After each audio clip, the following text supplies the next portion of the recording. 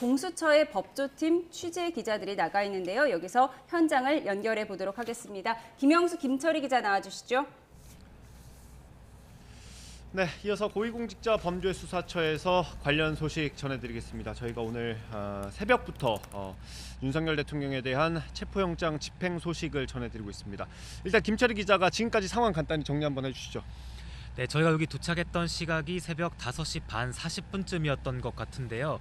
6시가 다 돼 가면서 공수처 차량들이 분주하게 움직이기 시작했고 6시 14분쯤에는 공수처 차량이 이곳을 출발하는 모습이 포착이 됐습니다.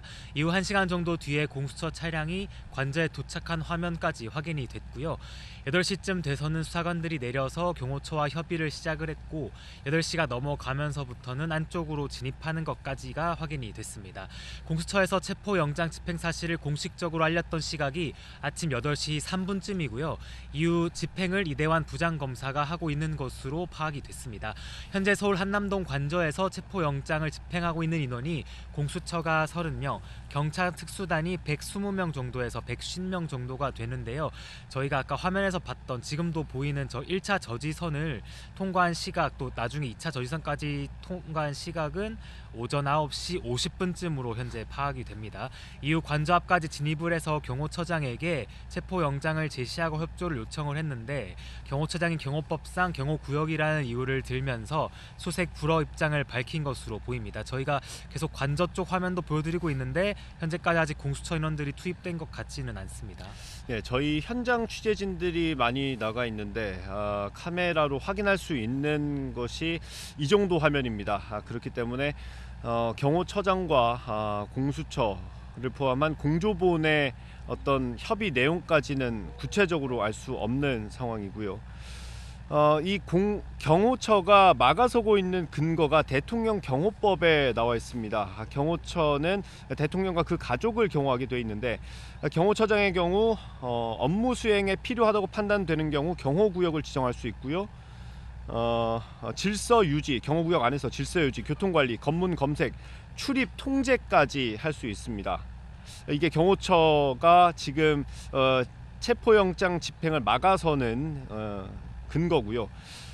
이에 반해서 경찰과 공수처, 공조본의 근거는 일단 체포영장이 있을 거고요. 그리고 이것의 체포영장 집행을 방해하면 특수공무집행 방해 혐의로 입건하고 또 처벌될 수 있다는 점을 강조하기도 했습니다. 앞서 경고 공문을 보내기도 했고요. 특수공무집행 방해에 대해서 좀 보면 단체 또는 다중의 위력을 보이거나 위험한 물건을 휴대해서 공무집행을 방해할 경우에 해당합니다. 만약 이 경우에 공무원을 상해에 이르게 한 경우에는 3년 이상의 유기징역에 처할 수도 있습니다. 지금 공조본 그리고 경호처가 대치하고 있는 상황이 몇 시간째 계속되고 있는 상황입니다. 이런 그 대치 상황이 사실 예상됐던 것 아니겠습니까? 그렇습니다. 윤석열 대통령이 탄핵소추안이 지금 국회 문턱을 넘고 탄핵 심판 중이긴 하지만 여전히 현직 대통령 신분은 유지하고 있습니다. 그래서 경호처의 경호를 받고 있고요. 공조본과 경호처가 서로 충돌할 수 있다는 우려가 계속 나왔던 상태였습니다. 그래서 공조본이 말씀하신 대로 경호처에 경고 공문도 보냈었고요. 공수처장이 아예 기자들에게 철문 등 잠그고 영장 집행 응하지 않으면 공무집행 방해다 이렇게 말도 했습니다. 경력을 또 투입을 하고 했던 이유는 지지자들과의 충돌 우려가 있었기 때문인데 다행히 지지자들이 몰리긴 했지만 특별한 충돌은 없는 것으로 보입니다. 경력들이 지금 2,700명 정도 투입된 것으로 알려진 상태인데요. 현장에서 조치를 잘 하고 있는 것으로 보이지만 더 이상 인명피해나 또 충돌이 없도록 잘 마감이 돼야겠습니다. 예, 저희가 지금 속보 자막으로 전해드리고 있는데 경찰에서 나온 속보가 있습니다. 전해드리면 경찰 특수단이 밝힌 내용입니다. 경호처 저지선을 돌파하는 과정에서 몸싸움이 있었다라고 경찰 특수단이 공식적으로 밝혔고요. 경찰이 대통령 관저 올라가는 과정 중에 군 병력과 대치했던 사실도 확인이 됐습니다. 경찰은 육군 수도방위사령부가 체포영장 집행을 방해했다라고 했고요. 이 체포영장 집행을 방해한 군인들에 대해서 체증이 완료됐고 입건 여부를 검토하겠다라고 라는 내용까지 밝혔습니다. 종합을 해보면 경찰 특수단이 이 관저에 진입하는 과정에서 관저 안쪽으로 들어가는 과정에서 군병력과 좀 대치하는 과정이 있었고 경찰은 이게 육군 수방사 병력으로 파악을 한 걸로 보입니다. 그래서 경찰은 체증된 걸 근거로 입건 여부를 검토하고 있다라는 속보가 들어왔습니다.